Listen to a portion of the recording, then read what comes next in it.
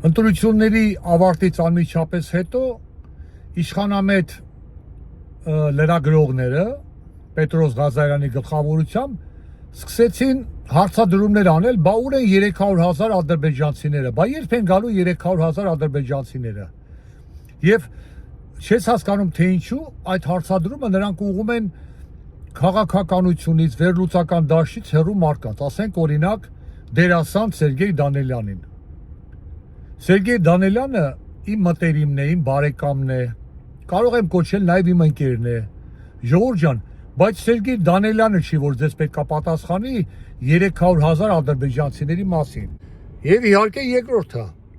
300,000 ադրբեջանցիների թեման ոչ Սամվել Կարապետյանն է Կալուգայից հետը բերել, ոչ էլ ասենք Ռոբերտ Քոչարյանը կամ Գագիկ Ծառուկյանը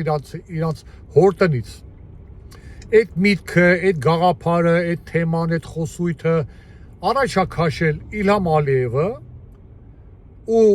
Նիկոլ Փաշինյանը, որը կատարում է նրա ուղիղ հրամանները, նա պետք է պատասխան տա։ Նիկոլ Փաշինյանի արտգործնախարարը Արարատ Միրզոյանը պետք է պատասխանեն, ընդդիմանան։ Այդ հարցը ուղղեք Էդմոն Մարուկյանին, այդ հարցը ուղղեք Տաթևիկ Հայրապետյանին, այդ հարցը Պետրոսին ասեք, թող ուղղի, ես չգիտեմ, Արա Պապյանին։ Ու